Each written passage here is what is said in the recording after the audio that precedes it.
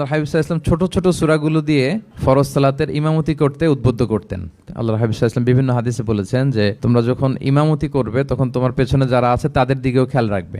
রাসূল সাল্লাল্লাহু আলাইহি ওয়াসাল্লাম অত্যন্ত বিবেকবোধ সম্পন্ন একজন ব্যক্তিত্ব ছিলেন। তিনি খেয়াল রাখতেন, যেটাকে আমরা কনসিডারেট বলি। আল্লাহর হাবিব সাল্লাল্লাহু আলাইহি ওয়াসাল্লাম খুব কনসিডারেট ছিলেন, কার কোথায় কি সমস্যা এটা খুব খেয়াল করতেন। And he was a man of six senses. আমরা সিক্স সেন্সের কথা বলি, আমাদের অধিকাংশেরই 4টা সেন্স একসাথে কাজ করে, কারো 5টা 6টা সেন্স কাজ করে, এরকম মানুষ পাওয়া দুষ্কর। আল্লাহর হাবিব সাল্লাল্লাহু আলাইহি ওয়াসাল্লাম অত্যন্ত বিবেকবোধ সম্পন্ন একজন লোক ছিলেন। একবার তিনি সালাত খুব সংক্ষিপ্ত করলেন, তো সাহাবারা জিজ্ঞেস করলেন, ইয়া রাসূলুল্লাহ এত সংক্ষিপ্ত কেন করলেন সালাত? তখন আল্লাহর হাবিব সাল্লাল্লাহু আলাইহি ওয়াসাল্লাম বললেন যে পেছনে বোনদের নামাজের সেকশনে ওখান থেকে একটা ছোট্ট বাচ্চার কান্নার আওয়াজ আমি শুনছিলাম। আমার মনে হচ্ছিল বাচ্চাটাকে সামলাতে মাটার খুব কষ্ট হচ্ছে, এই জন্য আমি সালাতটা সংক্ষিপ্ত করে দিয়েছি। কতটা কনসিডারেট ছিলেন। একবার আবার আল্লাহর হাবিব সাল্লাল্লাহু আলাইহি ওয়াসাল্লাম মাগরিবের সালাত কিংবা এশার সালাতের কোন এক সেজদা অনেক লম্বা করে দিলেন। তখন সাহাবারা আবার প্রশ্ন করলেন, ইয়া রাসূলুল্লাহ সাল্লাল্লাহু আলাইহি ওয়াসাল্লাম এত লম্বা দীর্ঘ সেজদা করতে তো ফরজ সালাতে আমরা কখনো দেখি না, কেন করলেন? অসুস্থ হলেন নাকি নামাজের মাঝখানে, অথবা ওহী নাজিল হচ্ছিল নাকি, এরকম কিছু ঘটলো নাকি? তো আল্লাহর হাবিব সাল্লাল্লাহু আলাইহি ওয়াসাল্লাম বললেন যে না, বরং আমার নাতি হাসান